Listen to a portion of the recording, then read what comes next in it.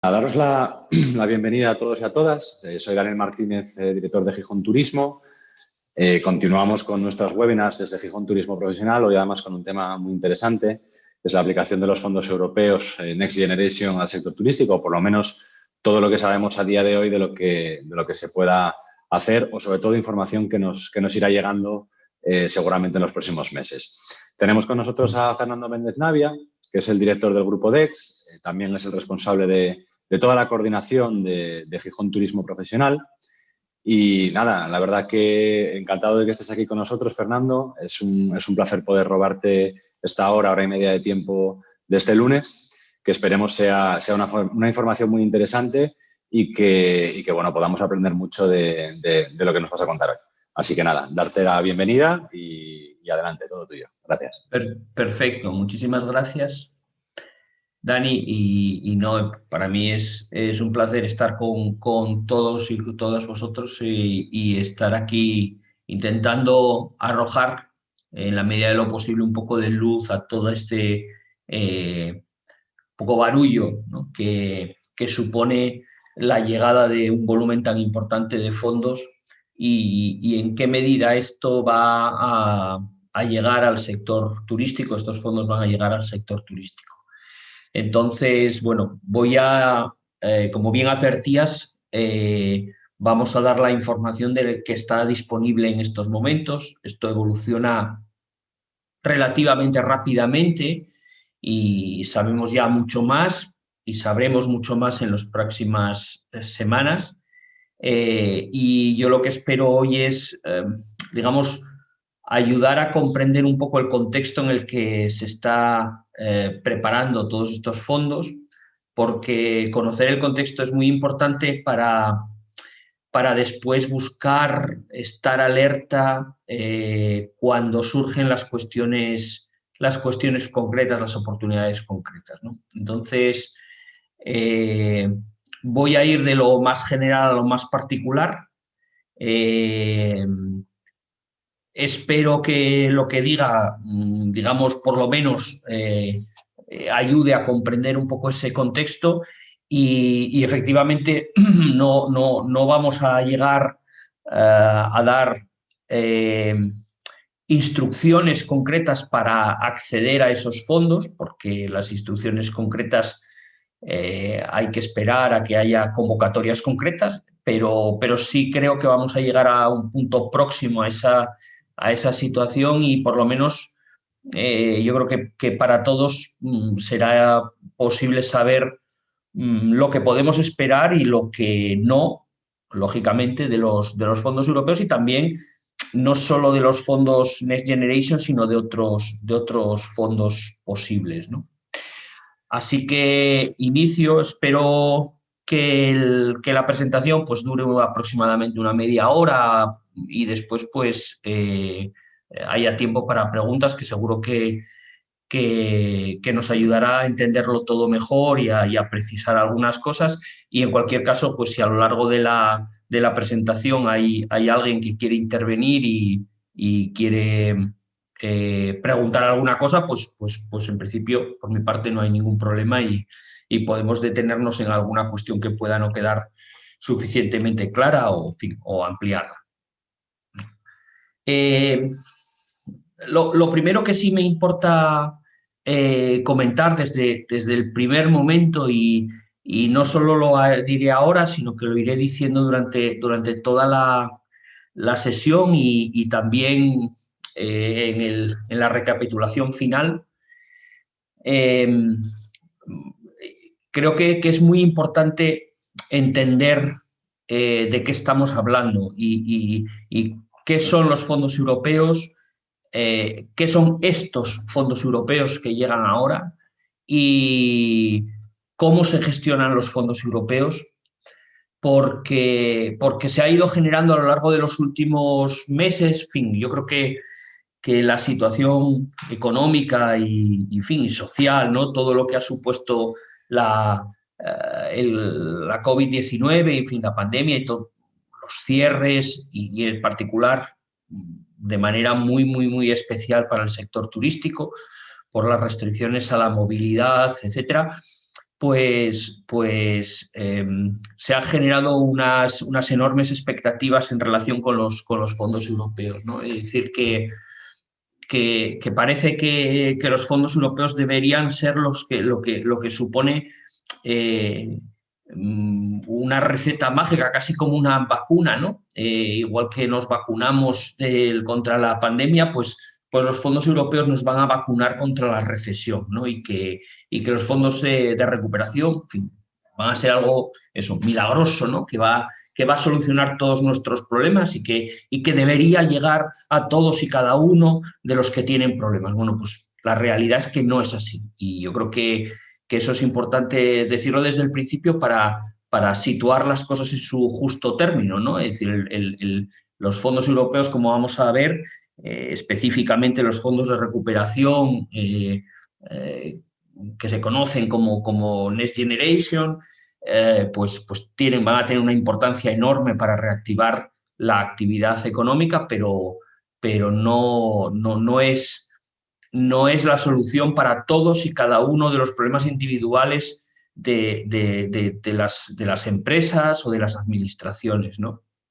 Y esa expectativa ha generado una cierta confusión y la gente ha estado durante muchos meses, final del pasado año, desde el otoño y sobre todo con el recrudecimiento de la epidemia y ahora en estos meses iniciales del año, preguntándose, bueno, pero ¿qué pasa con los fondos?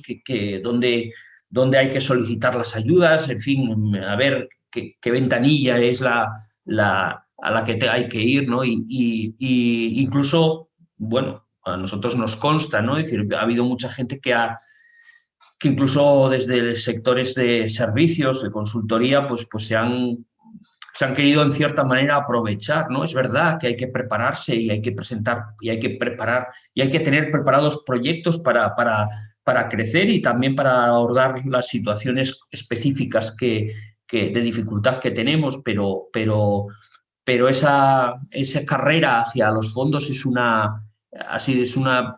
digamos, es innecesario, ¿no? Porque los fondos van a llegar a aquello para lo que están destinados, ¿no? Y efectivamente hay una responsabilidad compartida entre la Unión Europea, las administraciones nacionales, en cómo gestionar esos fondos, cómo administrar esos recursos y cómo dedicarlos a las prioridades que se establecen, tanto desde a nivel europeo. La Comisión establece una serie de prioridades. Veremos un poco todo esto que se habla de las transiciones digitales, energéticas, ecológicas, etcétera. Pero también luego hay que adaptarlo a la situación de cada uno de los países, de cada uno de los estados, ¿no? Entonces, vamos a ver un poco cómo se configura este fondo de recuperación, el Instrumento Europeo de Recuperación y todo lo que se deriva de él. Y haremos también una referencia a otros fondos. No hay tiempo para entrar en detalle sobre todos los recursos o oportunidades o fondos que la Unión Europea pone a disposición de los Estados miembros y dentro de los Estados miembros, de las administraciones y las empresas, pero sí por lo menos orientar y poner en contexto cómo funciona toda la mecánica de los fondos europeos, porque esa mecánica es aplicable con muy pequeñas modificaciones a todos los fondos europeos. Entonces, vamos a ir viendo desde lo más general a lo más particular, viendo un poco cuál es el contexto de estos fondos de recuperación, para llegar después a los instrumentos específicos, en este caso en España, del Plan de Recuperación y Resiliencia, y dentro del Plan de Recuperación y Resiliencia, Plan de Transformación, Recuperación, Transformación y Resiliencia, específicamente al componente 14 de ese plan, que es el componente que se dedica a la recuperación del sector y transformación del sector turístico en España. Entonces, digamos, ese un poco será el itinerario de la presentación y de la sesión, y ya digo, si alguien quiere comentar alguna cosa, pues podemos, en fin, sobre alguno de los apartados podemos debatir o intentar aclarar algo que pueda no quedar suficientemente claro. Bueno, también me importa decir que la Unión Europea no solo, porque a veces se critica la falta de reacción de la Unión Europea, se critica que no ha atendido suficientemente, que ha sido lento en las reacciones, que ha gestionado mal las vacunas. Es decir, siempre que hay algún problema,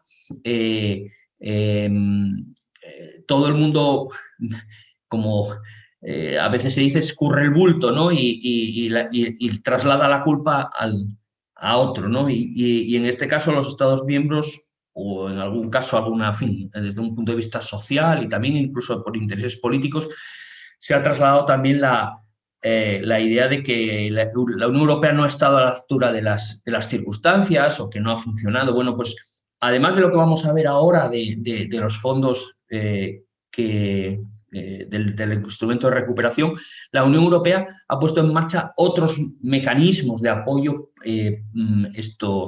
temporales que inciden también sobre el sector turístico. Es decir, la financiación de los ERTEs en España en gran medida ha venido, o sea, se está consiguiendo gracias al apoyo financiero de la Unión Europea. La Unión Europea, desde el principio de la pandemia, ha puesto en marcha un instrumento, el instrumento SURE o SURE, que es un instrumento temporal de apoyo financiero donde la Unión Europea ha ido a los mercados financieros para recoger, digamos, o obtener financiación y prestársela a los Estados miembros. Es decir, a España se le ha transferido 21.000 millones de euros, que son los que han ayudado a financiar los ERTEs. Es decir, cuando hablamos de la financiación de los ERTEs, tenemos que hablar que Europa ha estado ahí, que ha estado financiando.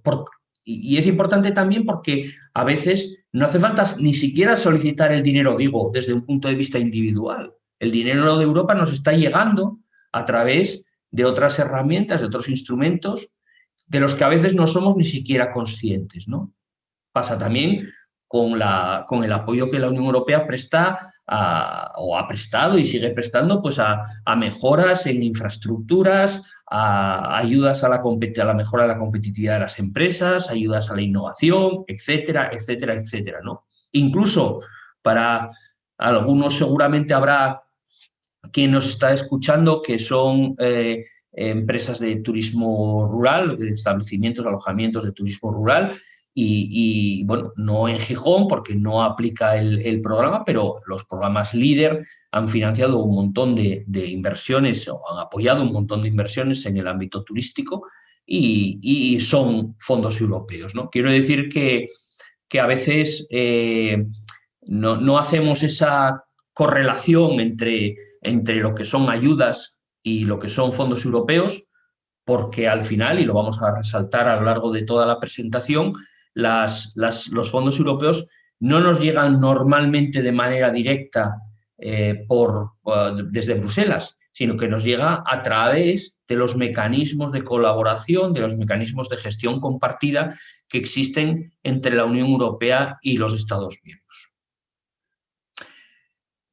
Continúo y entro ya en lo que nos concierne más específicamente hoy, para poner el contexto económico de este esfuerzo que se está realizando, que se va a realizar en los próximos años, ¿no? Por parte de la Unión Europea y de los Estados miembros, ¿no?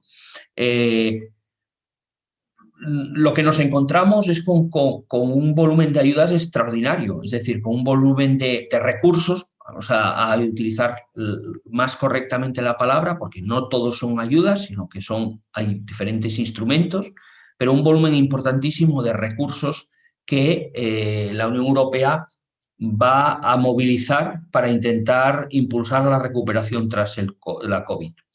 Y por un lado tenemos los recursos, digamos, ordinarios, que que es el marco financiero plurianual, es decir, las políticas habituales de la Unión Europea. La Unión Europea programa su actividad presupuestaria por septenios. Acabamos de terminar el periodo del 2014-2020. Se inicia en estos momentos el periodo 2021-27, ¿no?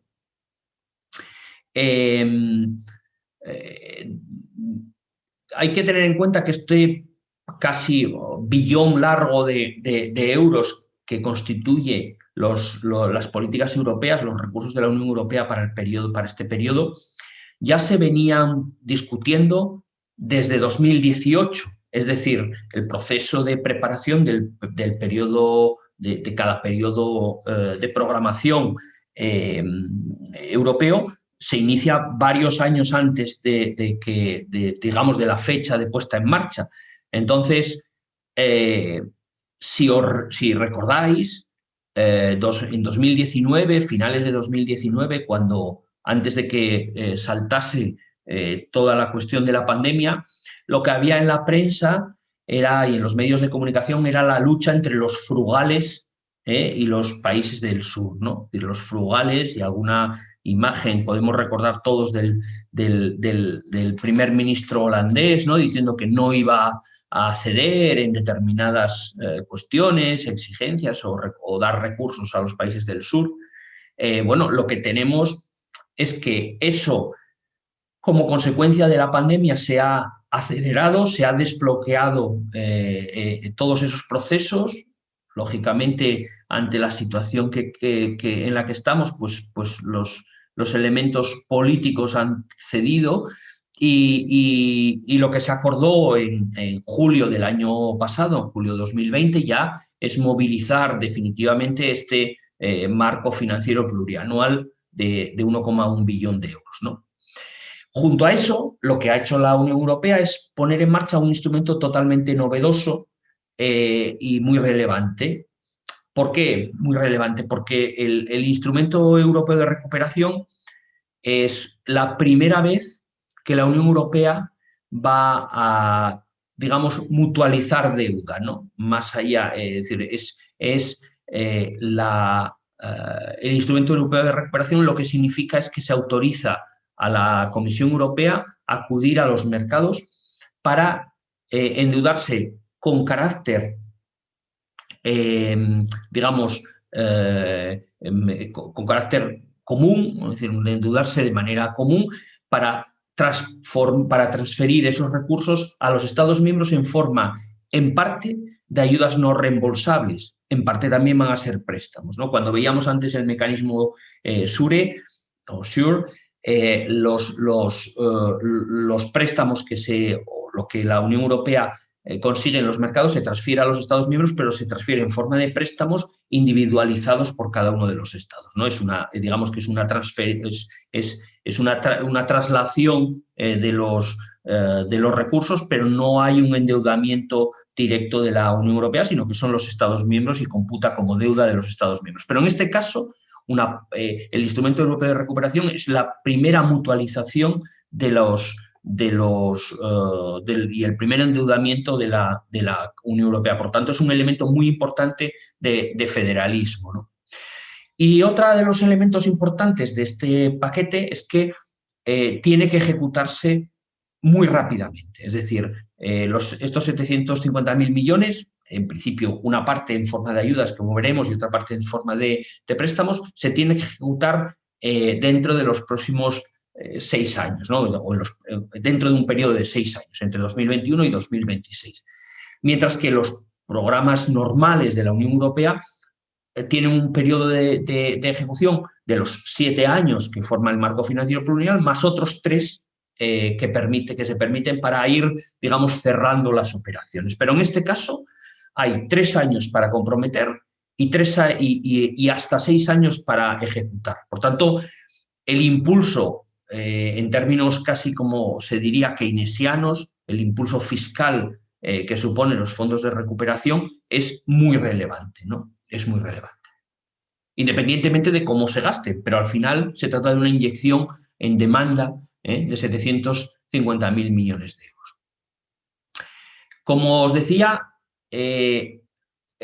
todo este proceso se enmarca dentro de esa programación presupuestaria 2021-2027. Es decir, lo que se estaba discutiendo inicialmente, que son esas políticas ordinarias de la Unión Europea, ya con una orientación hacia la transición ecológica y la transición digital, pero donde están, digamos, las herramientas que, bueno, más o menos todos podemos conocer de años atrás, ¿no? Y fundamentalmente, pues los fondos estructurales, la política agrícola común, el programa de I+D, en su momento Horizonte 2020, ahora Horizonte Europa, bueno, todos los diferentes herramientas. Bueno, pues a eso se añade a partir de este momento este instrumento, este mecanismo, este instrumento europeo de recuperación, que a su vez financia, en parte refuerza estas políticas, es decir, añade recursos a las políticas ordinarias y dota un instrumento nuevo que es el mecanismo de recuperación y resiliencia. ¿Cómo lo hace? Bueno, pues lo hace a través de estos, digamos, de esta distribución de fondos. A partir de ahí, ahora mismo se está ya reprogramando, y de hecho se ha reprogramado. Para España ha habido aproximadamente 9.000 millones de euros a través de REACT-EU para la política de cohesión 2014-2020, para estos últimos años,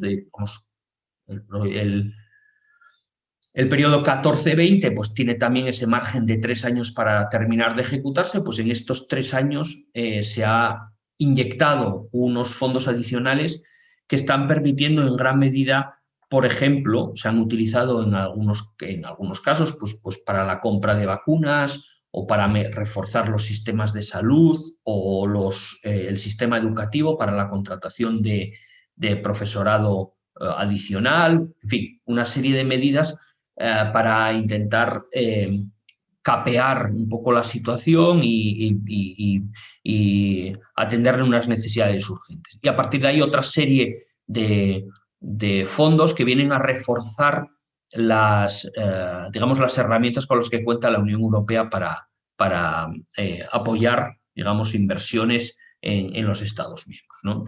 Inversiones públicas como programas de ayudas a inversiones privadas. Al final nos quedamos con estos aproximadamente 672.500 millones de euros que se van a ese mecanismo de recuperación y de resiliencia, de los cuales una parte, esos 312.500, se van en ayudas no reembolsables. A España le tocan aproximadamente 70.000 millones de euros y después hay una opción voluntaria, específica para los que pueden hacer pueden solicitar los Estados miembros, de préstamos adicionales, ¿no? Y en esos casos, pues bueno, ahora con los planes de recuperación, pues cada Estado ha indicado un poco hacia dónde o qué orientación pretende darle a esos préstamos, ¿vale? Por tanto, nos encontramos con un instrumento que pone en el mercado, que pone a disposición de los Estados miembros estos 672.500 millones de euros para apoyar, por un lado, inversiones públicas y reformas en cada uno de los Estados miembros y apoyar también inversiones privadas, programas de apoyo de inversiones privadas.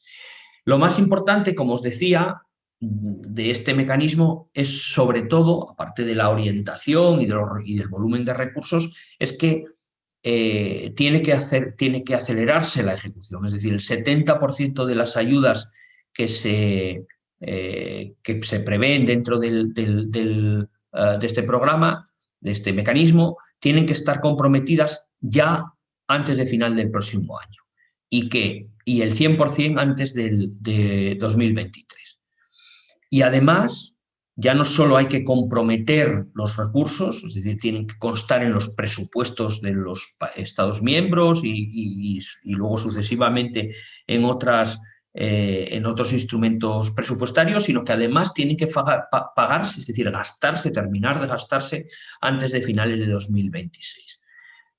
Por tanto, España tiene que programar 70.000 millones de euros, prácticamente 70.000 millones de euros, en esos periodos y gastarlos en ese periodo. Y esos, es decir, y lo veremos ahora con detalle, pues en los presupuestos generales del Estado para 2021 hay del orden de 25.000 millones de euros previstos para ser, digamos, apoyados a través de estos programas. Por tanto, el proceso de movilización de los recursos ya está en marcha, ¿vale? Se ha hablado también de los plazos, ¿no? Es decir, bueno, ¿y esto cuándo llega, no? ¿Esto cuándo llega? Bueno, pues eso está llegando ya. Quiero decir, en el sentido de que la elegibilidad de los gastos para el programa, para los planes del mecanismo de recuperación y resiliencia, ya es de 30, iba a decir 30 de febrero, 28 de febrero, desde febrero del año pasado. Es decir, desde febrero del año pasado ya es elegible el gasto. Es decir, coincidiendo con el inicio de la pandemia, pues se ha situado en ese momento la fecha de elegibilidad de los gastos. Eso no significa...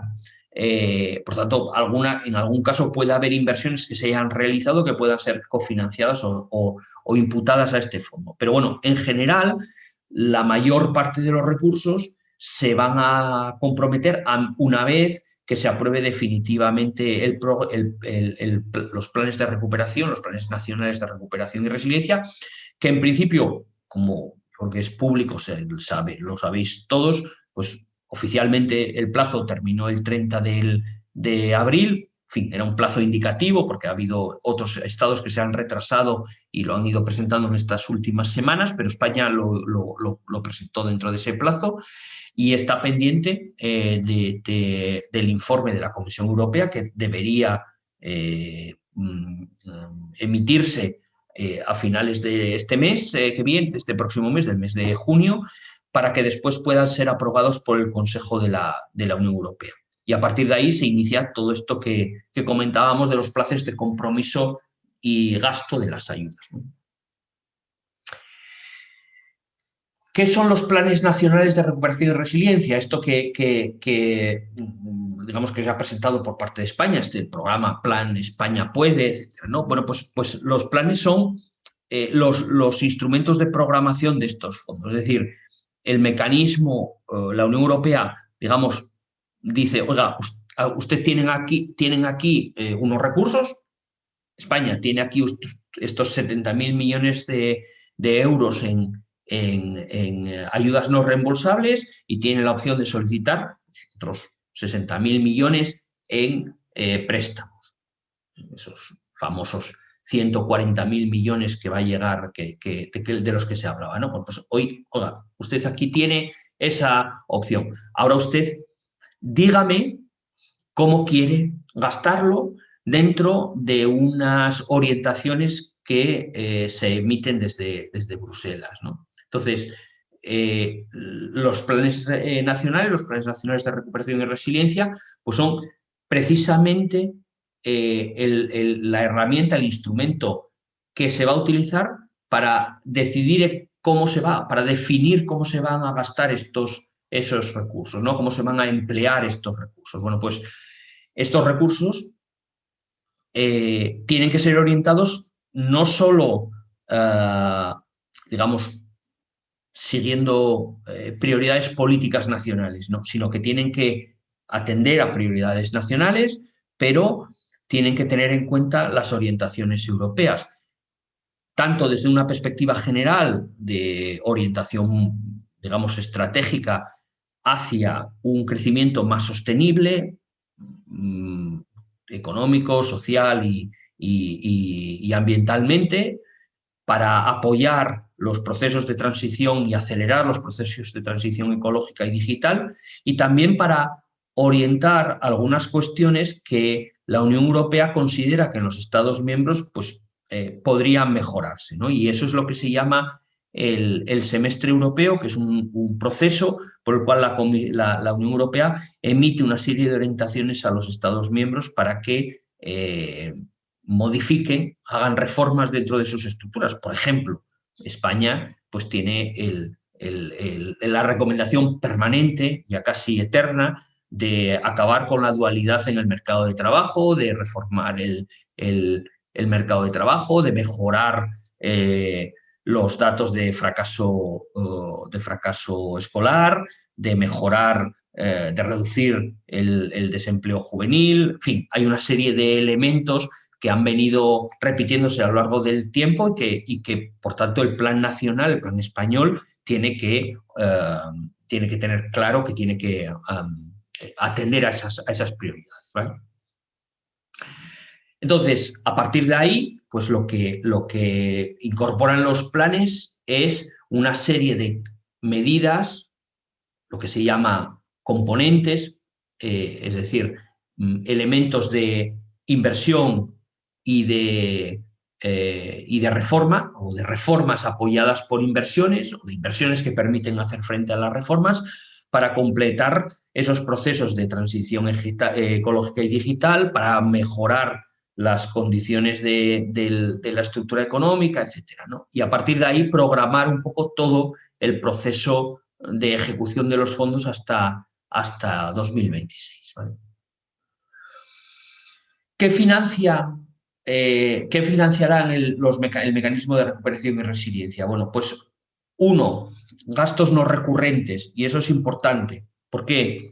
Porque los fondos no se pueden destinar a, entre comillas, mantenimientos, a cosas de gestión ordinaria. Es decir, tiene que dedicarse a inversiones nuevas que realmente supongan un cambio estructural.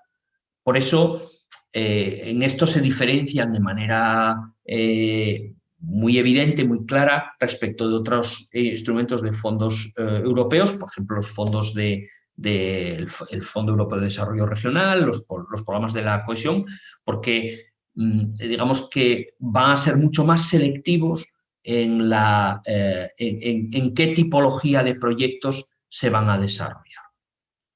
A partir de ahí, pues fundamentalmente lo que se financia a través de estos fondos, y también en general de los fondos de cohesión, son inversiones en activo fijo, en capital, ¿no? Que no es solamente, digamos, asfalto o piedras, sino que infraestructuras duras, digamos, ¿no? Sino también elementos relevantes de mejora de capital humano a través de la formación, a través de la mejora de la educación, etcétera, y también elementos de capital natural vinculados a la protección, mejora del medio ambiente, la lucha contra el cambio climático, ¿no? Entonces, bueno, pues digamos que ahí tenemos un dibujo bastante claro de hacia dónde se tienen que dirigir con carácter general los recursos, ¿no?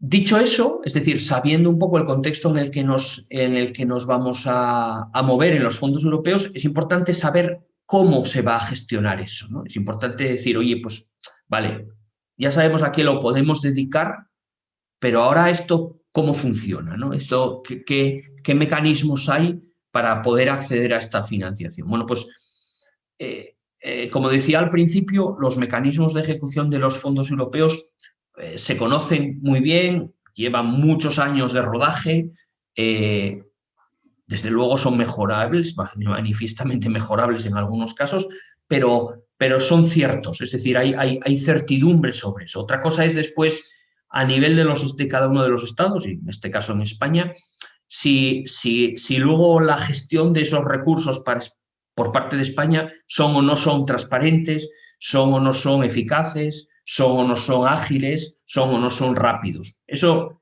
que probablemente sea en algunos casos muy mejorable, no tiene nada que ver con el proceso entre la Unión Europea y el Estado miembro. Es decir, repito, la Unión Europea lo que hace es coloca una serie de recursos a disposición de los Estados miembros, pero son los Estados miembros, a través de estos procesos de gestión compartida, los que tienen que gestionar el grueso de los fondos. Es verdad que existen fondos que la Unión Europea gestiona de manera directa o que atribuye a otra serie de intermediarios financieros, no a otra serie de intermediarios, no a los Estados miembros, sino al Banco Europeo de Inversiones y a otros para determinadas actividades, ¿no? Y que hay programas que conocemos todos que se gestionan directamente por parte de la Comisión o sus agencias ejecutivas. Y ahí sí hay una concurrencia competitiva directa hacia Bruselas. Pero el grueso de los fondos, y en particular estos de los que estamos hablando, se gestionan de manera compartida a través de los Estados miembros. De manera que podemos decir que los fondos de Next Generation, los fondos del Plan de Recuperación, son fondos europeos que se convierten en fondos nacionales a partir del momento en que el programa se ha aprobado. Es decir, la Unión Europea no los destina directamente a los beneficiarios finales, a sus destinatarios finales, sino que el Estado, al Estado, y entendiendo el Estado en un sentido amplio, en el caso de España como Estado compuesto, pues a la Unión Europea, a la Administración Central del Estado y a las comunidades autónomas a través de los mecanismos que sean, ¿no? De los mecanismos. Bueno, pues a partir de ahí, ¿dónde tenemos que mirar fundamentalmente para conocer qué pasa con los fondos europeos? Pues a nuestros estados, es decir, a nuestras administraciones, a la administración del Estado y a la administración, en este caso, del Principado de Asturias, ¿no?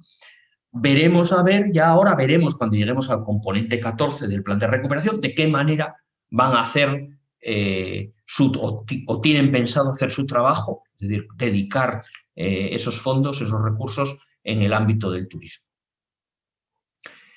Al final, pues lo que tenemos es, pues eso, a través de la gestión compartida, diferentes métodos de utilización de los fondos públicos, de los fondos europeos. En algunos casos, a través de contrataciones por parte de las administraciones, es decir, cuando hay que hacer, bueno, pues una autopista, un tren de alta velocidad, construir una escuela, construir un hospital, programar poner en marcha programas de formación para el empleo, etcétera, etcétera, o de innovación, pues lo tiene que realizar el Estado conforme a sus propios mecanismos, ya sea con contratación directa o a través de convocatorias, digamos, de ayudas o programas diversos, ¿no?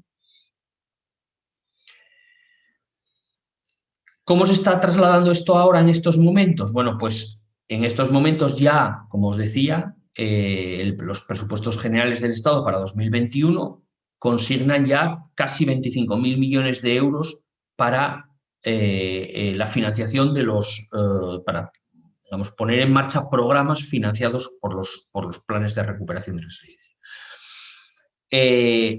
A lo largo de las últimas semanas y meses se han ido, en fin, realizando determinadas consultas, lo que se han llamado manifestaciones de interés, para ir viendo un poco, testando de qué manera se puede absorber, dónde puede haber necesidades para dedicar esos fondos. Lo cierto es que en el caso del turismo no las ha habido. Es decir, en el caso del turismo, y lo vamos a ver ahora, la mayor parte de lo que la mayor parte de los recursos se van a dirigir a acciones, a programas que ya venían estando configurados antes incluso de la pandemia. En otros sectores, en cambio, por ejemplo, el sector energético, el hidrógeno, algunas cuestiones de política industrial, pues ha habido manifestaciones de lucha contra la despoblación, ha habido consultas para, digamos, ir precisando los contenidos. Pero en el caso del turismo no lo ha habido. A partir de aquí, pues lo que se va a poner en marcha son las convocatorias. Ya digo, si hay inversiones directas, pues inversiones directas a través de licitaciones, y en el caso de que sean ayudas para otras entidades, pues se llevará a convocatorias públicas, ¿no? Normalmente en concurrencia competitiva con arreglo a la Ley General de Subvenciones, ¿no? Y lo que sí se espera es que la velocidad de digamos, del ritmo de convocatorias y de ayudas, pues se acelere bastante a partir del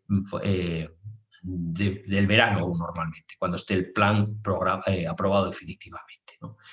Muy resumidamente, esto es lo que se ha hecho hasta ahora, ¿no? Es decir, es ir viendo un poco todos los diferentes mecanismos, o sea, los diferentes pasos que se han ido dando para programar estos fondos hasta llegar a esa presentación del plan a finales del mes pasado a la Comisión Europea y, por tanto, ahora pendientes de ella.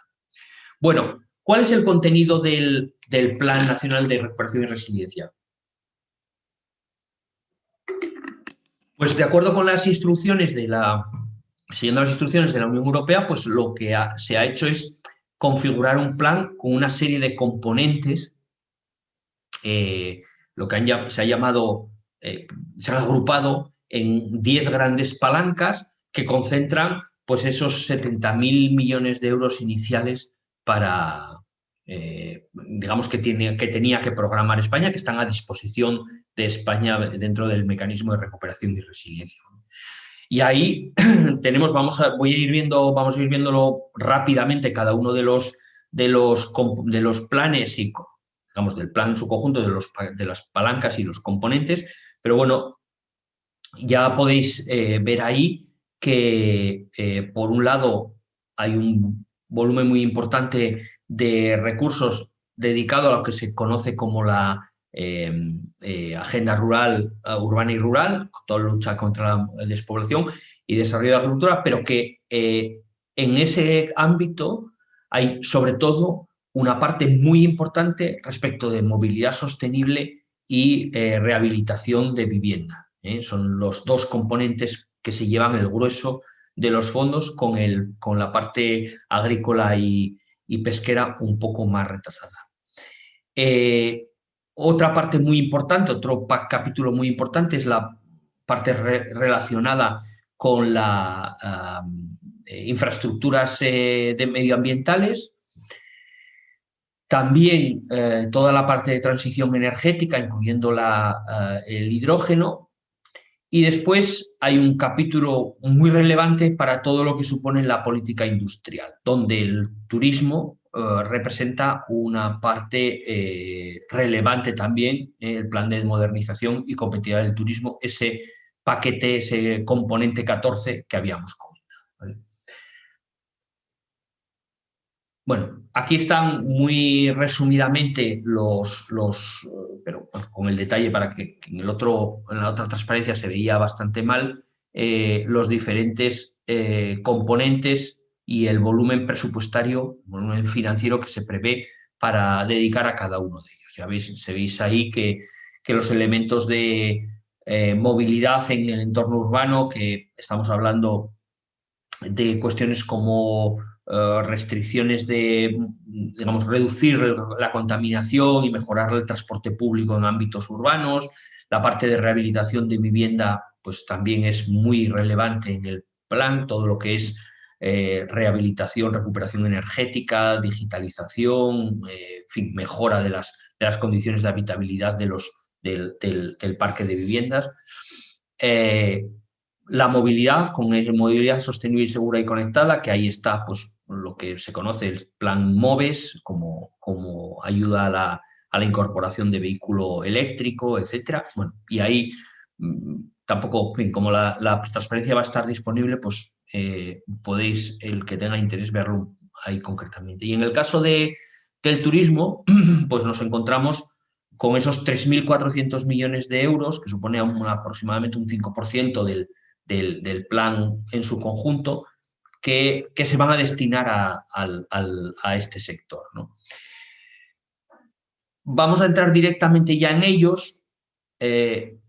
En el caso del turismo, para este año ya directamente hay 1.200 millones de euros, 1.290 millones de euros asignados, pero vamos a entrar ya directamente en los componentes el componente 14, que es el plan de modernización del sector turístico. Y fundamentalmente, y bueno, yo creo que ahí hay, al final, como veis, a medida que vamos desagregando esos 70.000 millones de euros en trozos, pues las cantidades van menguando, ¿no? Y uno piensa, bueno, pues sí, 70.000 millones de euros es una cantidad enorme, pero a medida que lo vamos bajando a un ámbito más concreto, pues los importes son menores, ¿no? Y efectivamente 3.400 millones de euros sigue siendo un volumen de recursos muy importante, pero teniendo en cuenta la dimensión del sector turístico en España y las dificultades que ha pasado durante este año, pues uno pues a lo mejor puede pensar que resulta insuficiente, ¿no? Y en el sentido, por eso decía que al principio del todo, que se habían generado unas expectativas que a lo mejor a la hora de la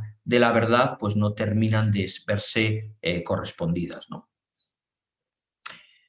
Por lo menos que pueden frustrar o pueden no ser lo que uno podría esperar, ¿no? En todo caso, tenemos 3.400 millones de euros disponibles o asignados al sector turístico, que es también, si lo vemos desde otro punto de vista, probablemente hay muy pocos otros sectores que vayan a recibir tal volumen de recursos específicos, ¿no?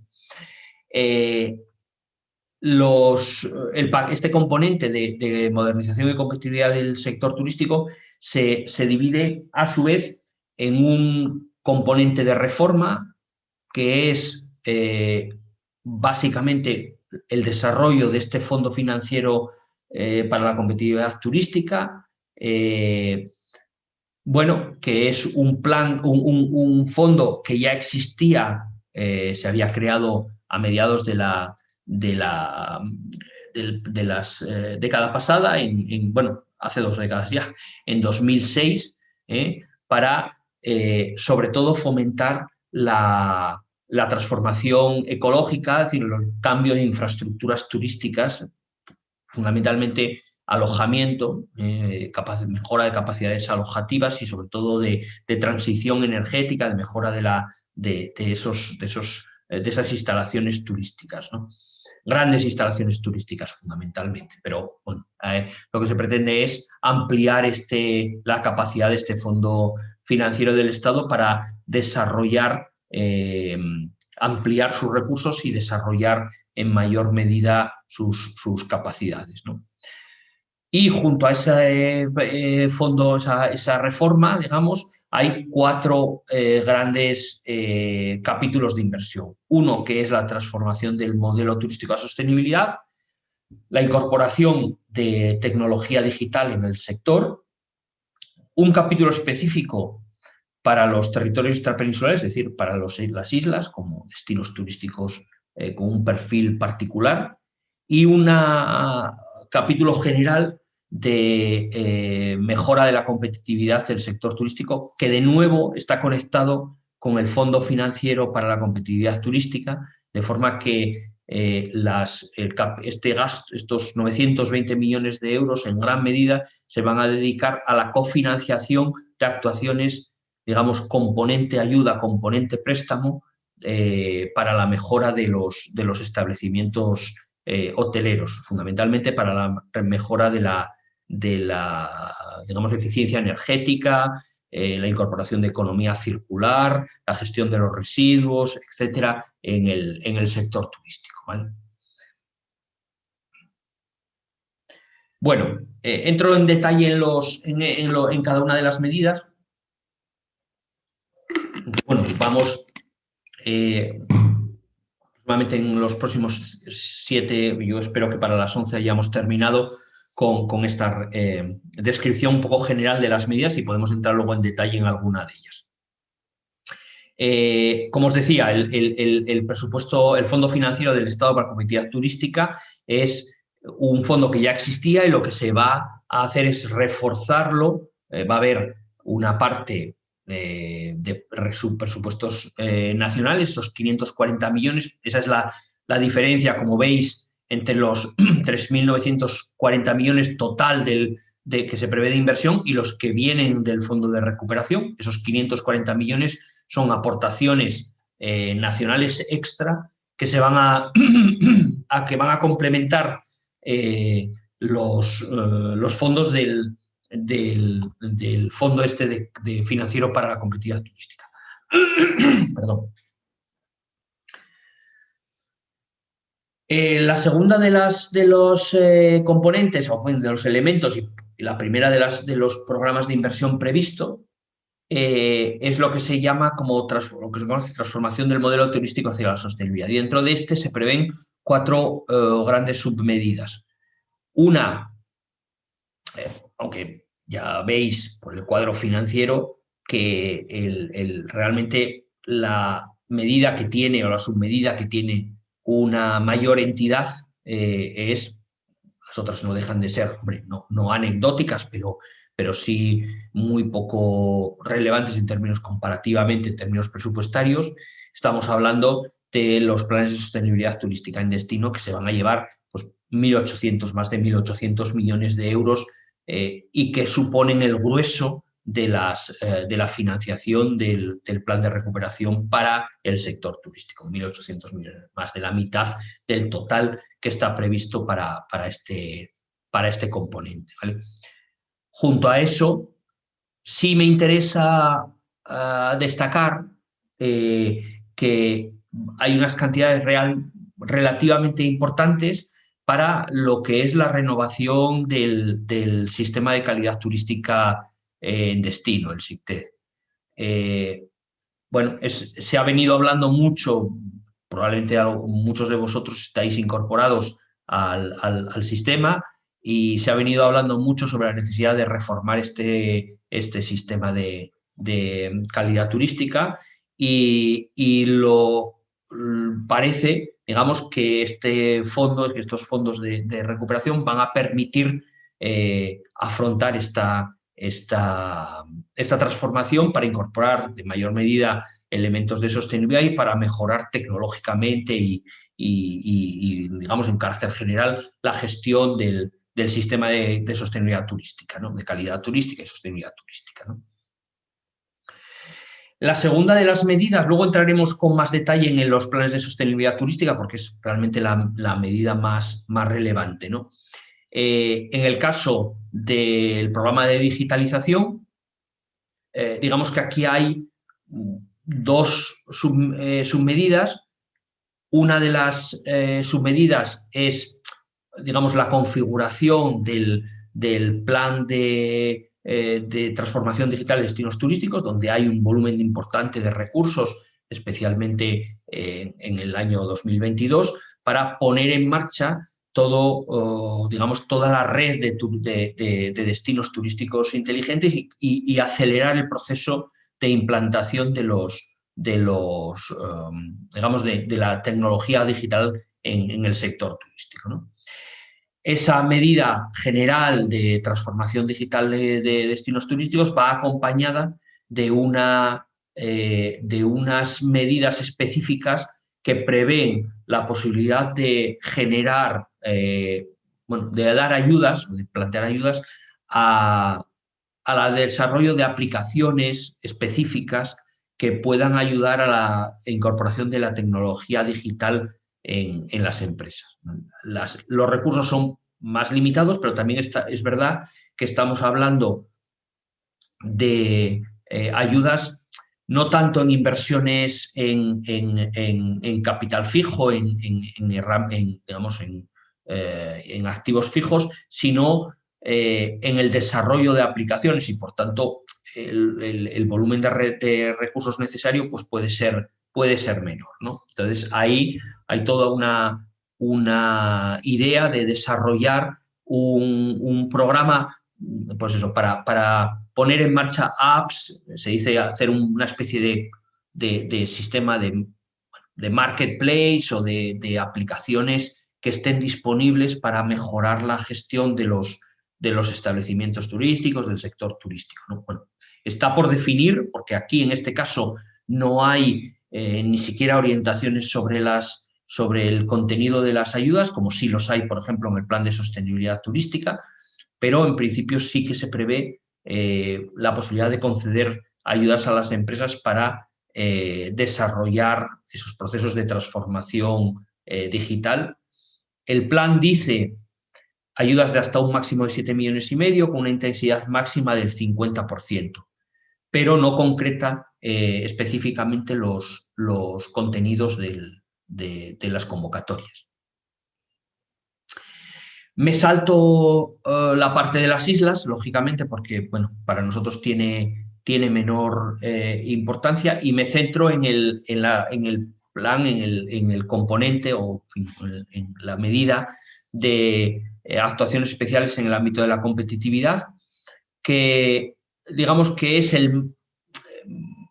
veremos luego los planes de sostenibilidad turística en destino, que están fundamentalmente destinados, como su propio nombre indica, a mejorar los destinos turísticos a través de diferentes actuaciones, pero fundamentalmente actuaciones de inversiones públicas, aunque se prevé la posibilidad de que puedan concederse ayudas también a las empresas. Habrá que ver cuando salga la convocatoria que se prevé para el mes de junio, probablemente, pues cómo queda, cómo se concreta, ¿no? Pero en principio aquí, en esta parte, es donde se prevé desarrollar mayores o poner mayor disponibilidad para ayudas a empresas, aunque un volumen muy importante de los planes se concentran, como veis, en la submedida 3, que está destinado a la financiación de proyectos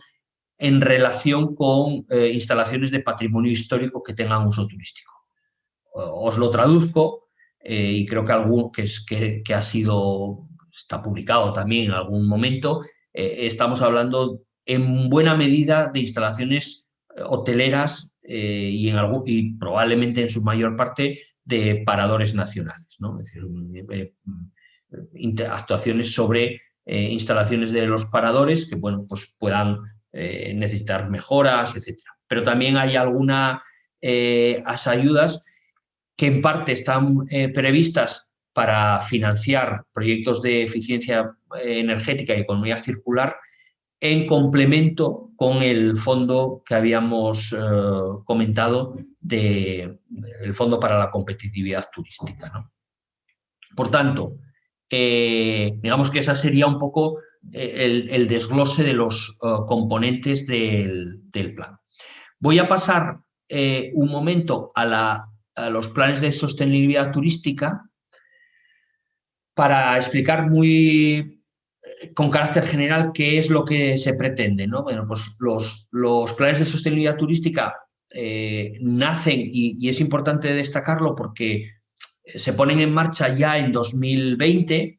La convocatoria de los primeros planes de sostenibilidad turística en destino ya estaba preparada, pues se preveía aprobar previo a la pandemia. Por tanto, lo que se ha hecho es recoger un plan que ya estaba, digamos, preparado de alguna manera. El año pasado, como sabéis, probablemente se hizo una primera convocatoria que se ha llamado convocatoria ordinaria con recursos propios de españoles, quizás con cofinanciación de los fondos estructurales. Este año ya ha habido otra nueva convocatoria, también con ese adjetivo de ordinaria, en el sentido de que no incorpora este plan de sostenibilidad turística en destino, pero se prevé que a partir del mes de junio, esa es la previsión, pero no está confirmada, haya lo que se va a llamar una convocatoria extraordinaria dotada con 600 millones de euros para poner en marcha planes de sostenibilidad turística en destino, que están fundamentalmente dirigidos como comento, a apoyar la reconversión de destinos turísticos y a impulsar desarrollo de destinos turísticos en áreas rurales y de interior, aunque también aquí se prevé la incorporación o el apoyo a destinos digamos, que no puedan considerarse ni pioneros ni específicamente rurales de interior, por ejemplo, destinos de playa, pero que no sean destinos ya muy maduros, sino que todavía tengan una capacidad de desarrollo, ¿no? Y fundamentalmente se trata de un programa dirigido a las entidades gestoras de destino, aunque en la configuración de estos programas tiene que haber una participación muy intensa por parte del sector, ¿no? Estos programas van a ser cofinanciados en principio por las 3 administraciones públicas, pero en la medida en que vayan a utilizar recursos del plan de recuperación, pues digamos que el coste para la administración promotora, la entidad local, pues no será cero, ¿no? ¿Qué hace los planes ¿qué prevén los planes de sostenibilidad turística en destino? Bueno, pues impulsar básicamente la transición ecológica, transición digital y la mejora de la competitividad de los destinos turísticos. A partir de realización de inversiones públicas fundamentalmente, y como decía, la previsión, pero de momento hasta ahora no está confirmada, es decir, en los planes, en las convocatorias que se han publicado hasta ahora, no ha habido opción para financiar, para apoyar directamente con ayudas financieras a los establecimientos turísticos, sí de una manera indirecta mediante el desarrollo de producto turístico, mediante ayudas para, digamos, prestación de servicios, para mejora de los establecimientos desde un punto de vista de asesoramiento, de consultorías, por ejemplo, en sistemas de calidad, bueno, procesos de mejora digamos, de la prestación de servicios turísticos, pero no estrictamente para la realización de inversiones, ¿no? Por tanto, actuaciones en el ámbito de la transición ecológica, bueno, un montón de cuestiones, pues, de movilidad, de economía circular, gestión de residuos, mejora de las instalaciones energéticas, pero fundamentalmente, ya digo, hasta ahora, fundamentalmente inversiones públicas. Transición digital, y aquí sí, bueno, puede haber una mayor posibilidad de influencia más directa también sobre las empresas, en el sentido de la comercialización digital, de puesta en marcha de plataformas de comercialización, acciones de promoción y en mercados exteriores, en mercados a través de planes de marketing, etcétera, ¿no? Y luego algunos elementos de mejora de gestión en la competitividad del sector. Bueno, digo, es muy amplio. En realidad hay una gran diversidad, una gran variedad de actuaciones que se pueden incorporar a los planes de sostenibilidad turística. Cada ciudad, cada destino, cada entorno, pues tiene que seleccionar acciones concretas que, digamos, que mejoren las condiciones de prestación del servicio turístico y competitividad del sector, ¿vale? Creación de productos turísticos, y ahí va a haber también, hay opciones para desarrollar cooperaciones entre empresas, para desarrollar algún tipo de producto turístico y ponerlo y llevarlo al mercado. Vamos, que esto es un poco los contenidos posibles contenidos de los planes de sostenibilidad turística. Después, en cada destino, estos elementos generales hay que traducirlos a la realidad concreta de cada destino. Nosotros, en esta convocatoria, hemos colaborado con varios destinos preparando este tipo de planes, y en las convocatorias, en la convocatoria del año pasado, pues colaboramos, por ejemplo, con la comarca de Liébana o con el Ayuntamiento de Somiedo y el Parque Natural de Somiedo, y fueron dos planes de sostenibilidad turística aprobados que prevén actuaciones, pues, de muy diverso tipo, de mejora de los recursos turísticos, de mejora de la prestación de servicios turísticos al cliente final, de mejoras de señalizaciones, etcétera. y también acciones de promoción y comercialización de productos turísticos. Pero cada destino tiene sus propias necesidades, sus propias características, y lo que sí tenemos evidentemente aquí es que hay unos recursos importantes, esos 600 millones de euros en este año que viene, pero 1.800 millones de euros en los 3 próximos años, que van a permitir poner en marcha un número muy importante de planes de mejora del sector turístico en todos a lo largo de todo el país, y acelerar ese proceso de cambio del modelo turístico, que es un poco el objetivo fundamental que se pretende, ¿vale? Termino ya, y perdón porque me he alargado un poco más de lo que pensaba. Básicamente el resumen que os puedo hacer es, y ya digo, quizás no, al menos de momento, la expectativa de ayudas directas hacia el sector provenientes de los fondos europeos, independientemente de lo que hemos comentado de los ERTEs y otra serie de instrumentos, no deja de ser verdad que el turismo es uno de los componentes fundamentales o no más relevantes del plan de recuperación. Es decir, casi 5% de los recursos del plan dedicado al turismo, más allá que pueda ser discutible los contenidos que se han incorporado a ese componente, en fin, ahí ya lógicamente son decisiones que se toman a nivel del Estado y probablemente en diálogo con las comunidades autónomas, pero fundamentalmente desde la política turística nacional.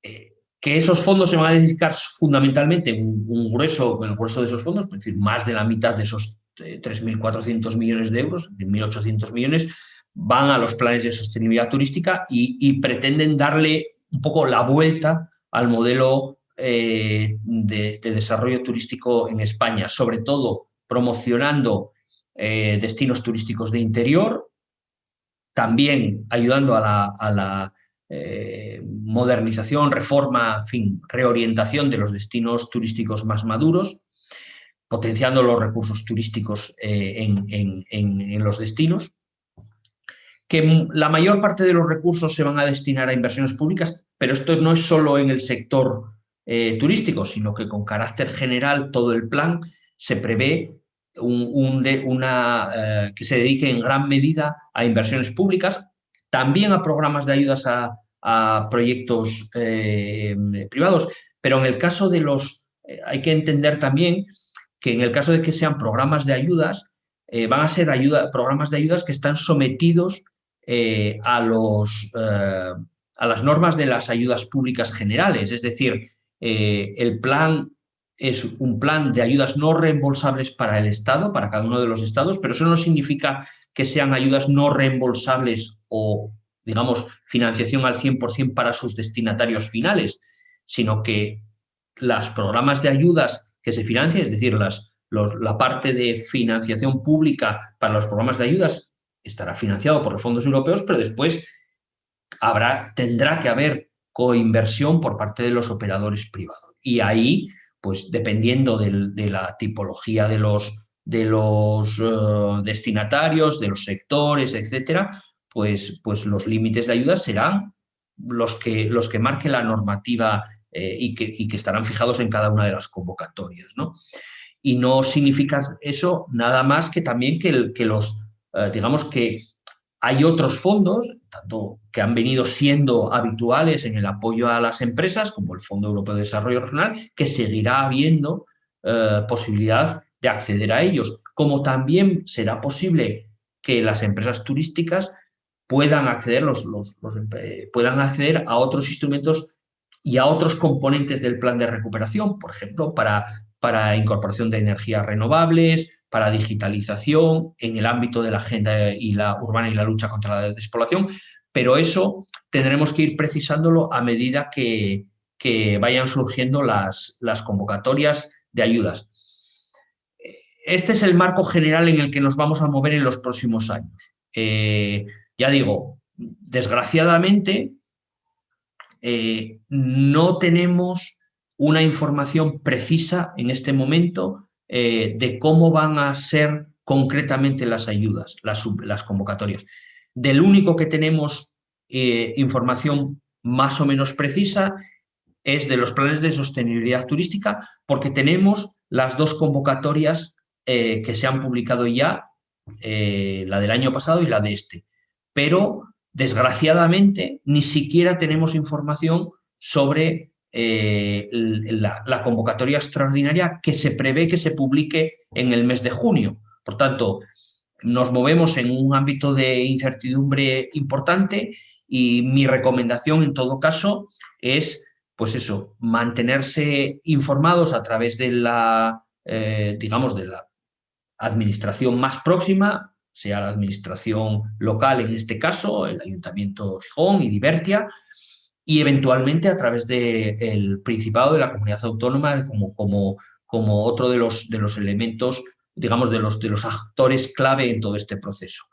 En principio, mi recomendación es, obviamente, no dejar de prepararse, es decir, si tenemos proyectos de inversión que queramos acometer y que puedan necesitar de apoyo, pues tenerlos preparados, porque lo que sí es evidente es que por un lado o por otro, digamos, los fondos europeos van a ser, o los fondos que van a ponerse a disposición de las empresas, van a ser amplios. Nuestras ideas, nuestros proyectos, si están alineados con estos principios de transición ecológica, transición digital, seguramente por un lado o por otro podremos encontrar acomodo para ellos. Entonces, ya digo, no es una cuestión solo de esperar por los fondos, sino de ir preparándose para que cuando los fondos puedan llegar y puedan abrirse las convocatorias, nos pillen preparados. Así que, por mi parte, esto es de momento todo. Si hay preguntas o lo que sea, pues podemos contestar. Pues muchísimas gracias, Fernando. La verdad que ha sido muy didáctico, muy explicativo. Es muy interesante poder obtener un poco de información, sobre todo que esté unida, ¿no? Porque al final los documentos que se presentan de este tipo de cosas pues son muy amplios y abarcan un montón de información. Y aunque tú, bueno, bien lo has explicado que esto es lo que se puede comentar a día de hoy, estaremos atentos desde nuestra parte también a lo que nos toca de ver lo que podamos ayudar de cara a las empresas según vayan saliendo las convocatorias, etcétera. Desde aquí, informar que nosotros desde Gijón Turismo nos hemos presentado a esta convocatoria de los planes de sostenibilidad. Este miércoles vamos a hacer una presentación pública de lo que vamos a presentar como proyecto, que ojalá podamos tener la opción de entrar en esos planes de sostenibilidad para poder ayudar a la mejora del destino. Yo no sé si alguien tiene alguna pregunta, alguna duda, quiere comentar algo.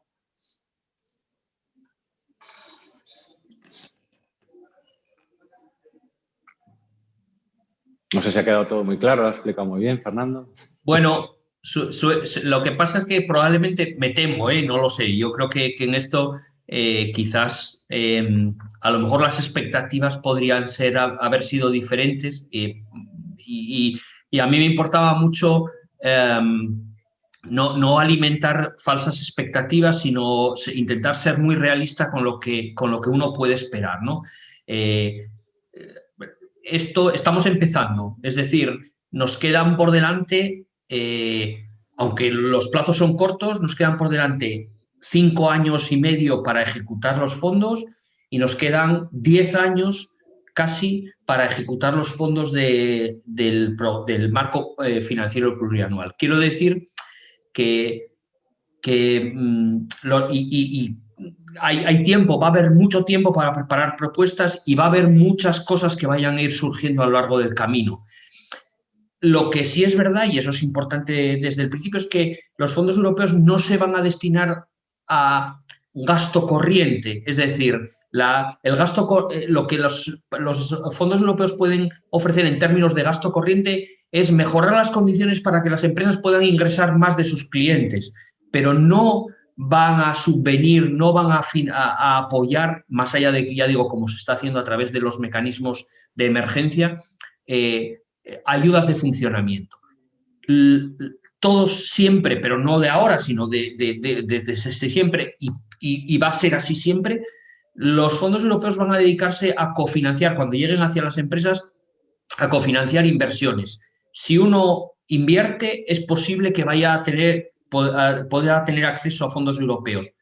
Y sobre todo, lo que financian son, o lo que apoyan fundamentalmente, son mejoras de los destinos con carácter general, las infraestructuras públicas, es decir, la mejora de las autopistas, la mejora de los aeropuertos, la mejora de las comunicaciones por tren. Es decir, la variante de Pajares, por ejemplo, por ir de alguna manera, cuando se abra, pues habrá sido apoyada por fondos europeos y eso revertirá indudablemente sobre el sector turístico.